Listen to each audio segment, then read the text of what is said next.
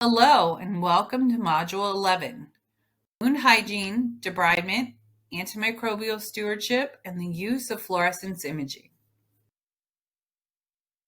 Our objectives for this module are to discuss the concept of wound hygiene, review how bioburden and biofilm disrupts the wound healing process, detail the importance of wound debridement and antibiotic stewardship, and introduce the use of fluorescence imaging.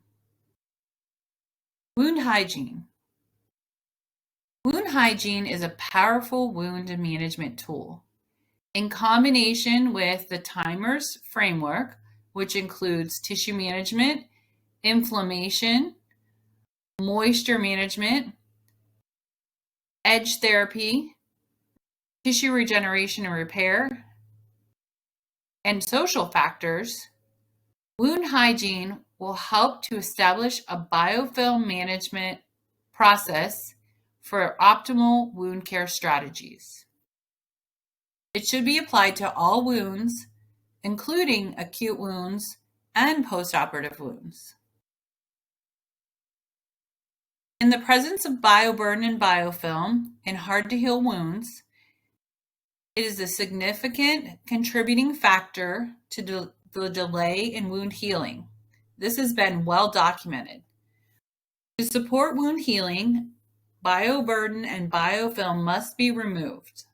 A well-planned and systematic approach to wound hygiene is key.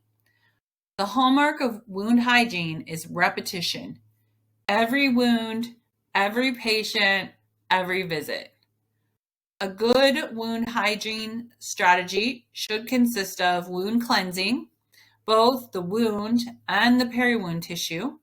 You can use antimicrobial washes or surfactants to loosen devitalized tissue, debris, and biofilm. Debridement is key, either mechanical, sharp debridement, enzymatic debridement, or biologic debridement.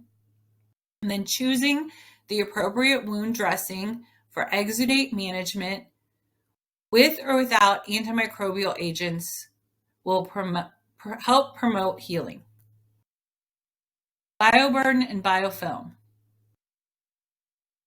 We discussed biofilm in a previous module, and you might remember that biofilm consists of a colony of tenacious polymicrobial organisms that form on the surface of chronic wounds. These wounds are not necessarily clinically infected. They may not have signs and symptoms of infection, but they are contaminated. The number and complexity of microbes can increase the risk for wound infection. The presence of biofilm also contributes to wound chronicity and inflammation. In the wound hygiene concept, biofilm can be managed, provided that all underlying etiologies, such as chronic conditions like venous insufficiency, diabetes, and peripheral arterial disease, are addressed. Wound cleansing and debridement. Cleansing the wound bed sufficiently can help to loosen superficial devitalized tissue, wound debris, foreign debris, and biofilm. Cleanse the peri-wound skin also. This will help to remove scales and calluses and to decontaminate the area. A lot of bacteria live in the peri-wound devitalized tissue. Tools can include gauze or commercially available cleansing pads, antiseptic or antimicrobial washes, surfactants for both the wound and the peri-wound skin, or medical skin cleansing wipes. Cleansing with intent and using the appropriate tools and solutions will help to prepare the wound bed for debridement. It is essential that the peri-wound skin is cleansed to remove further sources of contamination. Here are two pictures. On the left, you can see the wound prior to cleansing, and on the right, this is after cleansing the wound and the peri-wound tissue with intent. Debridement is a crucial component of wound management. It should be done regularly. The standard of care remains that unhealthy tissue be sharply debrided to bleeding tissue. This helps to adequately remove biofilm and bioburden. It also assists in detecting underlying exposed structures such as concealed dead spaces, deep bacterial contamination, or abscesses, and allows the clinician to assess the quality of the tissue and the peri-wound tissue. It's important to remove all attached devitalized tissue, wound and foreign body debris, and biofilm. Continue debridement until pinpoint bleeding occurs, where the patient consents and can tolerate it, and where local practices permit. This will leave the wound bed in a condition that will optimize the performance of any wound dressings or wound treatments. The wound bed should be cleansed again after debridement to remove any remaining debris. Here is a traditional ladder of debridement. Top of the ladder consists of surgical debridement with a scalpel or a curette, typically performed in the OR or in the clinic. Hydrosurgical debridement uses high-pressure water, but indiscriminately removes debris and can pose a bleeding risk. Ultrasonic debridement uses low-frequency ultrasound energy to remove unwanted necrotic tissue, but this typically has to occur in the OR or operating room. Biologic debridement with the green blowfly larvae work very well. They're very discriminate for necrosis and fibrin. Mechanical debridement utilizes gauze or a cleansing pad to remove devitalized tissue. Enzymatic debridement utilizes collagenase, but it is very slow to act. And then at the bottom rung of the debridement ladder is autolytic debridement. This is when we cover a wound with an occlusive dressing and allow for the intrinsic enzymes to digest fibrosis. This is very slow, and there is an increased risk for infection. Here's a pre and post debridement photo. You could see that there's pinpoint bleeding noted in the wound after debridement of fibrotic tissue. Antimicrobial stewardship. The world is facing a crisis due to the rising rate of bacterial resistance due to the overuse of antimicrobial agents. Antibiotic resistance is directly related to the level of antibiotic use. Prior treatment with commonly used antibiotics increase a person's risk for infection. It also increases patient morbidity, length of hospital stay, and healthcare costs and mortality. Studies have shown that up to 50% of all antibiotic prescriptions are unnecessary and/or inappropriate. Factors contributing to antimicrobial misuse in patients with wounds are diagnostic uncertainty. Is there bacteria at pathologic levels or an infection in the wound? Possible solutions are the rapid diagnostic testing for presence of bacteria, such as fluorescence imaging. Additional factors are clinician ignorance of when to use antibiotics.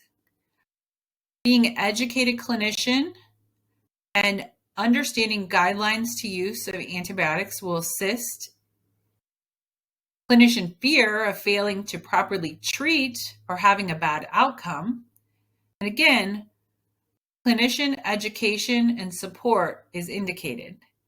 Also, contributing factors include patient demands for unnecessary antibiotic. In this instance, patient education and using antimicrobial topical treatments should be the best approach. Implementing an antimicrobial stewardship program has been associated with reduction in rates of antimicrobial resistance, better clinical outcomes, and even lower healthcare costs. Steps to antimicrobial stewardship include avoiding antibiotics when not indicated. Wound infections should be diagnosed clinically. Colonization uninfected wounds should not be treated with systemic antibiotics. Additionally, prescribing the appropriate regimen of antibiotics with the narrowest spectrum for the likely bacteria present, tailor antibiotic use to the culture results obtained, and it's often unnecessary to treat low virulence bacteria when we have a polymicrobial infection. Ordering therapy for the correct duration of time is also a significant step in an antimicrobial stewardship program. Use antibiotics just long enough to achieve symptom resolution and consider switching to a topical therapy sooner. Typically, 1 to 2 weeks of antibiotic therapy is indicated for a soft tissue infection, with 6 weeks of therapy for bone infection. And always use agents with the least risk and adverse effects. Fluorescence imaging. We discussed fluorescence imaging in the diagnostic module, but if you recall, this is a novel point-of-care autofluorescence device that can aid in bacterial targeting debridement. Image captures in a dark room for best results. This device allows for the visualization and location of bacteria present at loads that are 10 to the 4th colony-forming units or greater. So these are pathologic levels of bacteria. Clinical infection typically occurs at 10 to the 6th colony-forming units or greater. The device can show bacteria and their byproducts to the depths of about 1.5 millimeter in the skin.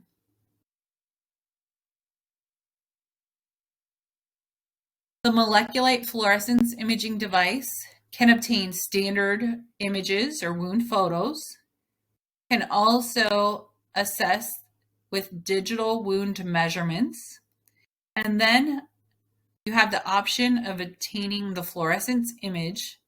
You can see in this particular example on the right of your screen, a red fluorescence is indicated around the peri-wound area, showing pathologic levels of bacteria that can impede wound healing. The red fluorescence is typically seen from over 28 common pathogens.